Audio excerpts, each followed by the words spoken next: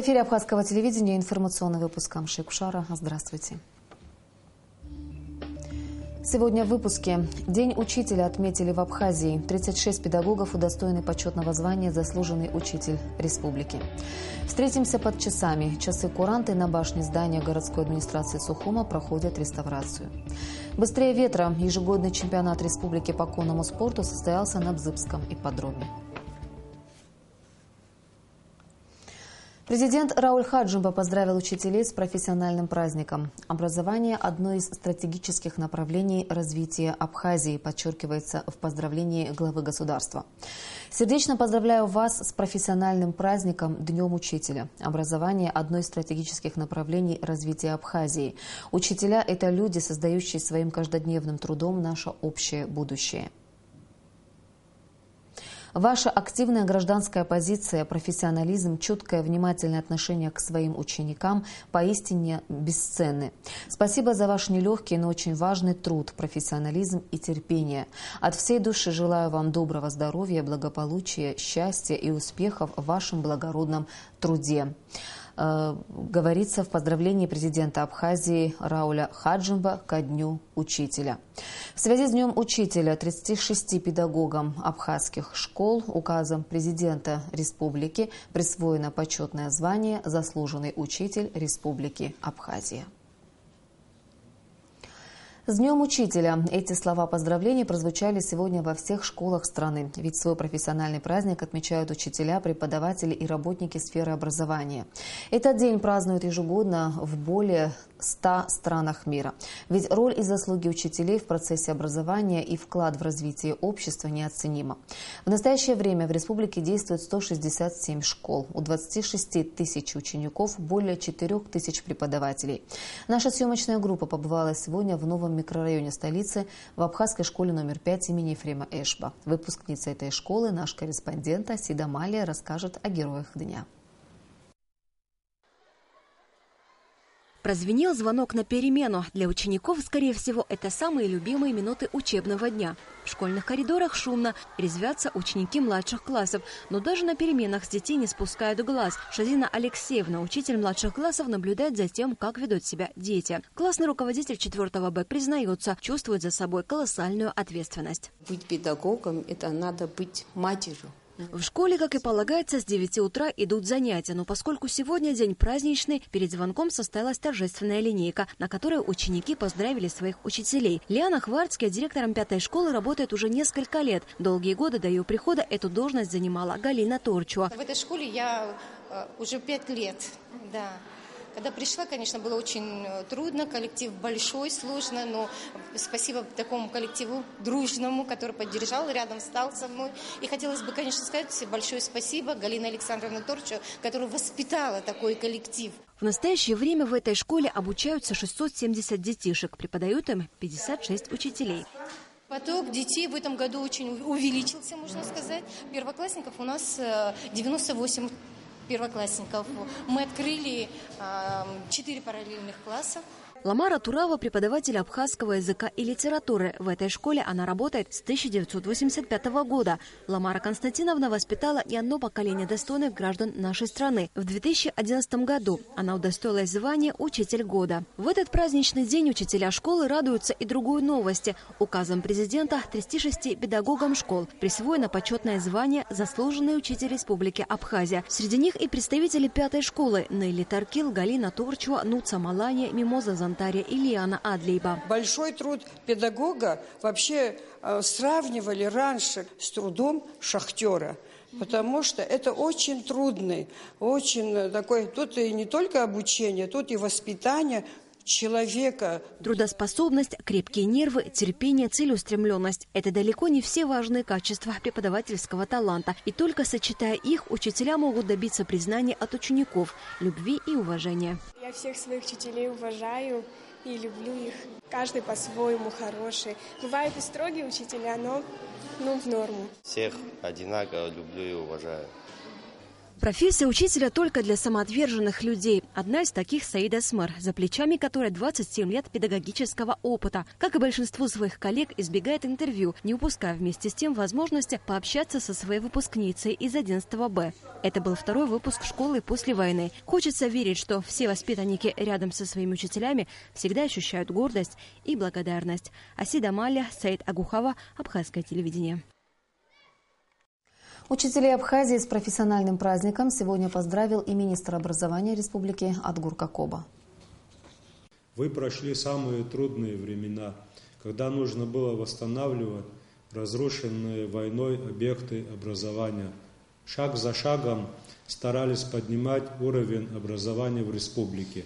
Сегодня перед учителем стоят принципиально иные задачи. Не просто передать знания, научит каждого ребенка учиться максимально раскрывать свой талант. И только настоящий учитель может организовать такую работу. Современные информационные технологии изменили образование и роль учителя. С каким бы вопросом сегодня не столкнулся ребенок, в его распоряжении колоссальный объем информации. Учитель в этих условиях становится наставником и проводником в мире знаний. Овладение самыми современными технологиями сегодня является необходимым условием успеха в учительском труде. Потому владение самыми современными технологиями сегодня является необходимым условием успеха в учительском труде, потому что школа должна опережать развитие своих учеников. В этой связи школе жизненно необходим постоянный приток молодых педагогов. Благодаря их новым знаниям и навыкам школа получает внутренний импульс развития. Именно потому мы в этом году начали реализацию программы информатизации образовательных учреждений. И при этом мы не забываем о ценном опыте учителей, много лет работающих в школах. Взаимообогащение и передача лучших педагогических традиций – основа будущих открытий. Этот год был посвящен серьезной работе над тем, чтобы качество работы учителя выросло. Разрабатываются новые принципы аттестации и методы повышения квалификации. Уверен, что новые подходы к подготовке учителей будут способствовать их успешной работе в нашей школе. Дорогие и уважаемые учителя, будьте здоровы и счастливы. Пусть ваша профессия приносит вам радость, самореализации и способствует раскрытию ваших талантов.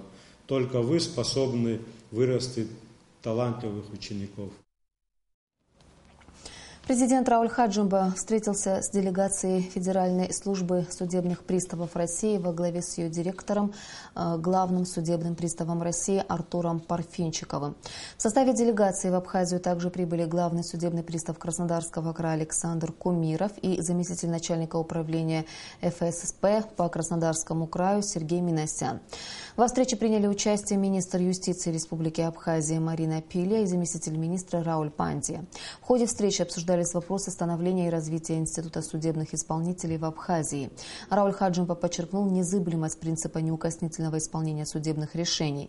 Артур Парфинчиков отметил важность обмена опытом и установления тесных контактов для повышения эффективности работ, формируемой в Абхазии системы судебных приставов. Он заверил президента во всесторонней поддержке абхазских коллег со стороны возглавляемого им ведомства.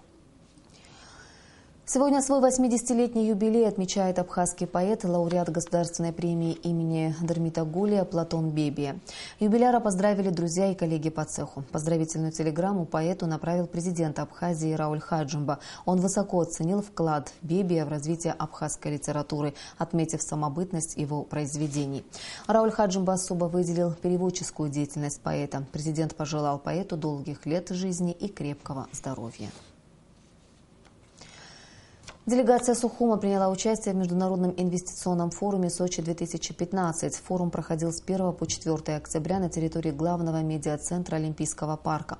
Форум по праву считается главным инвестиционным мероприятием, где поднимаются самые острые вопросы развития экономики.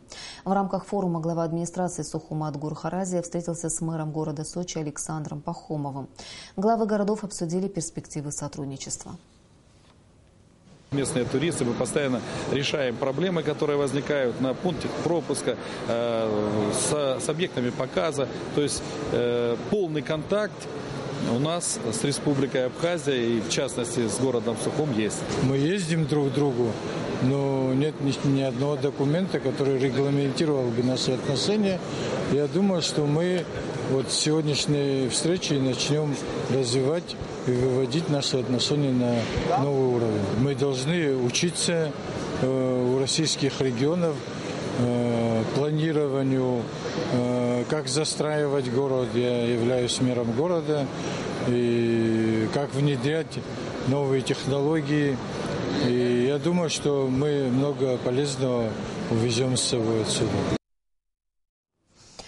Часы-куранты на башне здания городской администрации Сухума периодически не работают. К сожалению, это связано с тем, что часам необходима реставрация. Уникальный механизм требует профессионального обслуживания. Но уже к концу недели столица вновь сможет услышать бой часов. Подробности в материале Ренаты Шакая. Эти городские часы подарены городу Сухуму с Советом в 1950 году. Куранты были установлены над зданием администрации города, которое было построено в 1914 году. С тех самых пор они и стали визитной карточкой столицы. Но уже на протяжении месяца горожане не слышат бой курантов. Стрелки знаменитых часов неподвижно замерли. Причина тому простая. Механизм нуждается в капитальном ремонте. Кое-какие детали испортились, что-то выписали, привезли, значит, уже поставили. Что-то вот меняем в процессе. Сейчас полный профилактический ремонт происходит. Полностью часы разбираются, промываются, чистятся, смазываются. И потом будет уже регулировка. Так что это дня 3-4 еще займет, я думаю. Потому что полностью четко отладить механизм, чтобы он работал действительно как часы, это надо повозиться.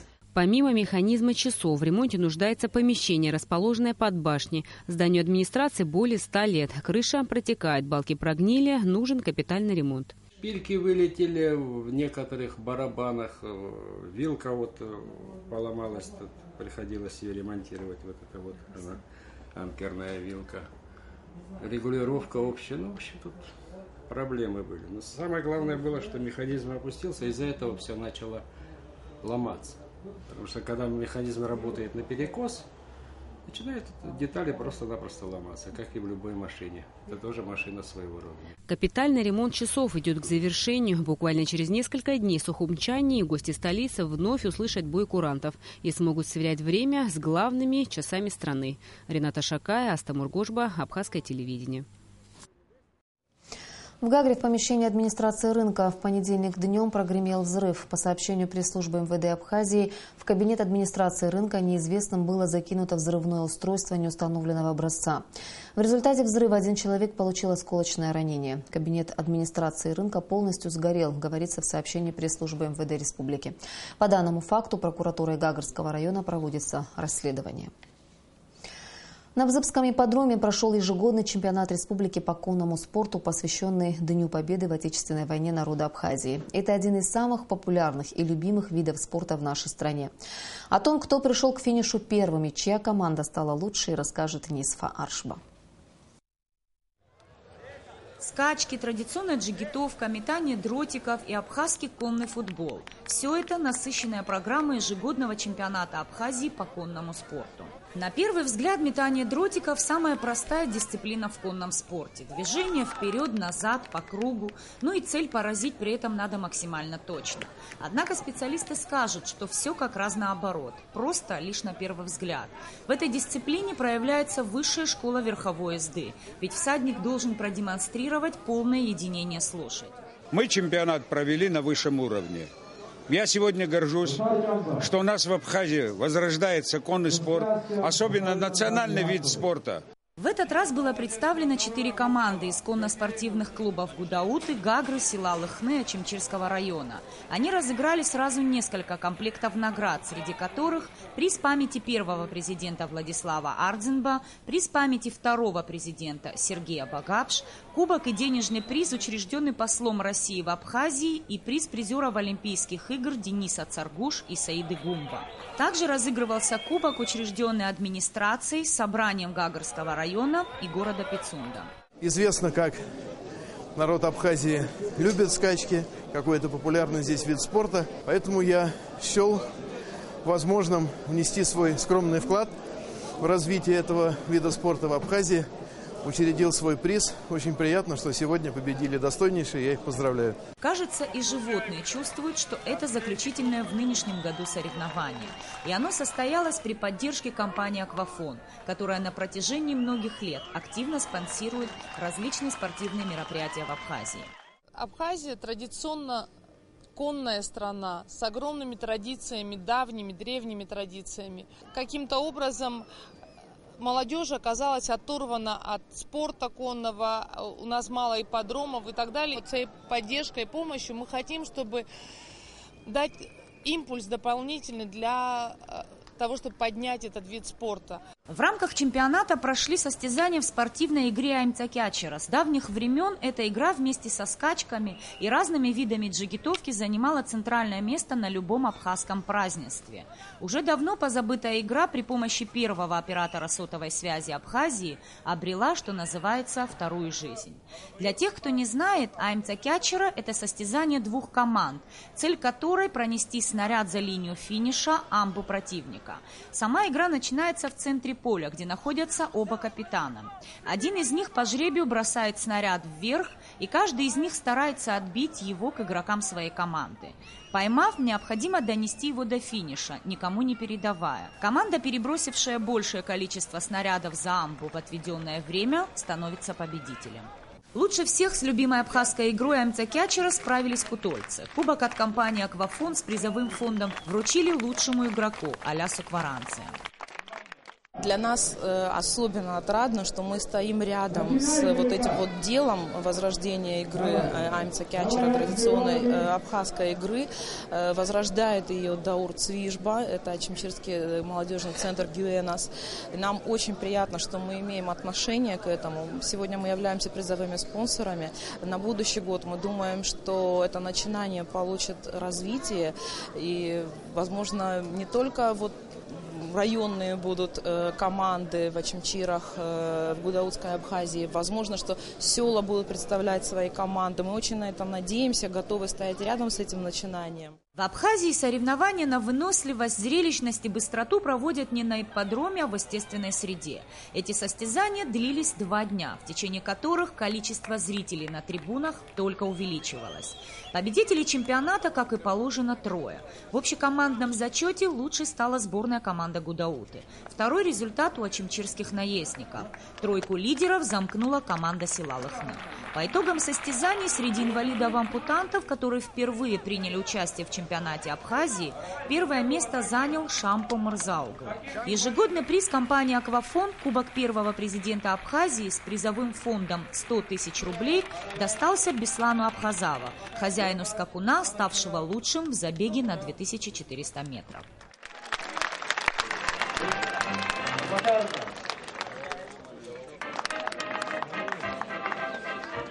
Испытать себя, показать свое мастерство на этом чемпионате Абхазии смогли не все. Организаторы обещают на следующих турнирах увеличение количества участников и дисциплин, в которых они будут состязаться. Нисфа Аршба, Амра Амичба, Роберт Ломи, Ада Мурджения. Абхазское телевидение. Военный комиссариат республики обратилась мать пропавшего без вести Сергунина Александра Владимировича, 1975 года рождения. По словам матери, он был намерен вступить в добровольческие отряды для защиты Абхазии. 13 июня 1993 года его видели на абхазско-российской границе. С тех пор о нем ничего не известно. Принятые по розыску меры ничего не дали. В этой связи мать Александра Сергунина обращается ко всем жителям Абхазии, бойцам бойцам и командирам, а также медицинским сестрам вооруженных сил Абхазии с убедительной просьбой сообщить любую известную информацию по телефонам 226 36 17, 226 36 20, 993 56 88. Сейчас сообщение Нацбанка о курсах иностранных валют. Доллар 65 рублей 62 копейки, евро 73 рубля 80 копеек. И в завершении выпуска о погоде.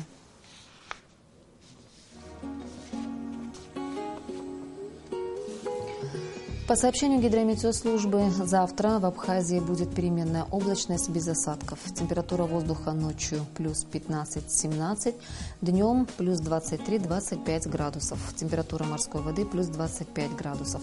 По Сухуму небольшая облачность без осадков. Температура воздуха ночью плюс 16, днем плюс 24 градуса.